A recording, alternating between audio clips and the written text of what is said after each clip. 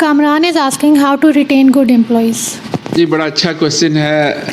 अच्छे एम्प्लॉइज़ को रिटेन कैसे किया जाता है। देखिए मैं तकरीबन 18 साल से लोगों को हायर कर रहा हूँ, ठीक है।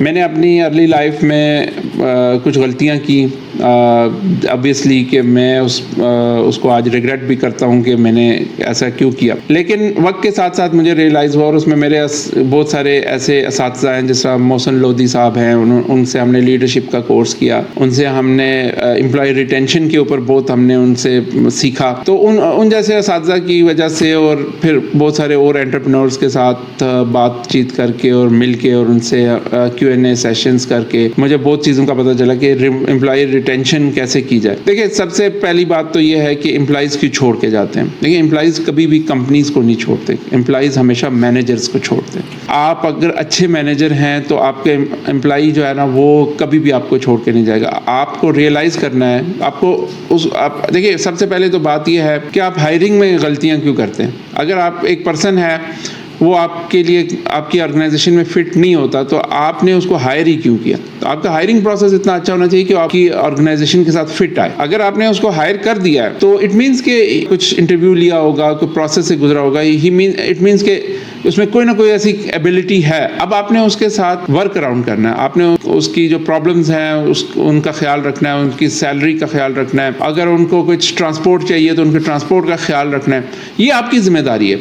सबसे पहले इट स्टार्ट्स विद यू। आपकी सेल्फ अवेयरनेस होनी चाहिए, आपके अंदर सेल्फ अवेयरनेस होनी चाहिए कि यार क्या मेरा रवैया मेरे एम्प्लॉय के साथ ख़राब तो नहीं है कि वो छोड़ के जा रहा है। अगर आप सब कुछ ठीक कर रहे हो देन इट मीन्स कि वो बंदा जो था वो आपके लिए मतलब he was never yours, I mean he always wanted to leave at any time. Obviously आप ऐसे लोगों के साथ काम करना चाहते हैं कि जो आपके साथ आपके विजन को समझते हों, आपके मिशन को समझते हों और आपके साथ लॉन्ग टर्म चलना चाहें।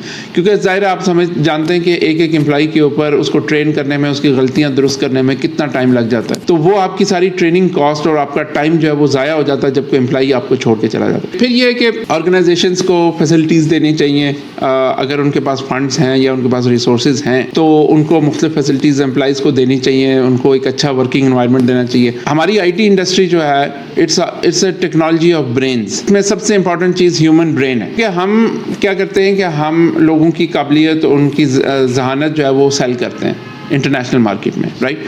अब अगर जहन थका हुआ होगा या जहन के ऊपर कोई बोझ होगा या किसी भी किस्म का उसके ऊपर कोई प्रेशर होगा तो वो कभी भी काम नहीं कर सकेगा। लिहाजा सबसे पहले अपने एम्प्लॉइज़ को प्रेशर फ्री इन्वायरमेंट दें और फिर उनको चैलेंजेस दें। उनको जो है ना आप गोल्स दें, शॉर्ट टर्म गोल्स ना दें, कम से कम वीक, एक हफ्ता 2 हफ्ते के आप उनको चैलेंजेस दें, उनको गोल्स दें और फिर उनके ऊपर आप स्ट्रिक्ट फॉलोअप रखें। ये आपकी जिम्मेदारी है कि आप उनके साथ किस तरह फॉलोअप रखते हैं।